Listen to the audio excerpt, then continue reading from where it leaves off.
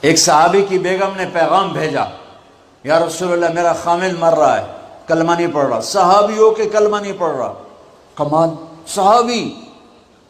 اب بھاگ کے گئے، ہم نے کہا بیٹا کلمہ پڑھ، پڑھوانے والے نبی، پڑھنے والا صحابی۔ کہا جی پڑھا نہیں جاتا، بول رہا ہے کلمہ نہیں پڑھا جا رہا۔ ہم نے کہا کیا ہو؟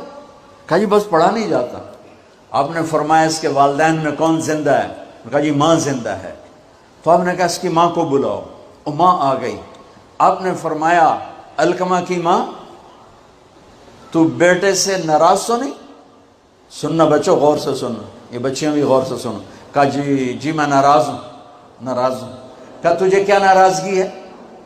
ہائے، کہ یا رسول اللہ مجھے اس کے دین کا کوئی گلہ نہیں ہے، بہت نیک بچہ ہے، راتوں کو اٹھ کے تہجد پڑھتا ہے، نفلوں میں کھڑے ہو کے قرآن پڑھتا ہے، دن میں روزے رکھتا ہے، لیکن بس مجھ سے جب بولتا ہے تو بدتمیز ہو کے بولتا ہے، میرا دل چیر کے رکھ دیتا ہے جب مجھ سے بات کرتا ہے، بس مجھے اس کا دکھ درد ہے۔ آج تو ماؤں کی پٹائیاں کرتی ہے اولاد، وہاں صرف زبان کی تیزی، زبان کا لہجہ روکھا، کہ یا رسول اللہ بہت بدتمیز ہو کے بولتا ہے۔ آپ نے فرمایا معاف کرو گی؟ کہ جی نہیں چاہتا۔ آپ نے فرمایا میں آگ لگاؤں تو سفارش کرو گی؟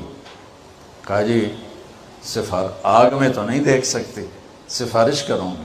آپ نے فرمایا اگر تو نے معاف نہ کیا تو یہ مرتے ہی اللہ کی آگ میں جلے گا، اس کو صحابی ہونا بھی جہنم سے نہیں کوئی بچا سکتا۔ حالانکہ قرآن کہتا کُلًّا وعد اللہ الحسنى، اے میرے نبی میرا وعدہ ہے تیرے تمام صحابہ جنتی ہیں، لیکن میرے نبی نے کہا سن لے، تو نے معاف نہ کیا تو یہ سیدھا اللہ کی آگ میں جائے گا۔ سفارش کرتے ہو، معاف کرتے ہو؟ کہا جی میں اب معاف کرتی ہوں۔ آپ نے کہا بیٹا لا الہ الا اللہ کہے۔ اس نے کہا لا الہ الا اللہ اور جان نکل گئی۔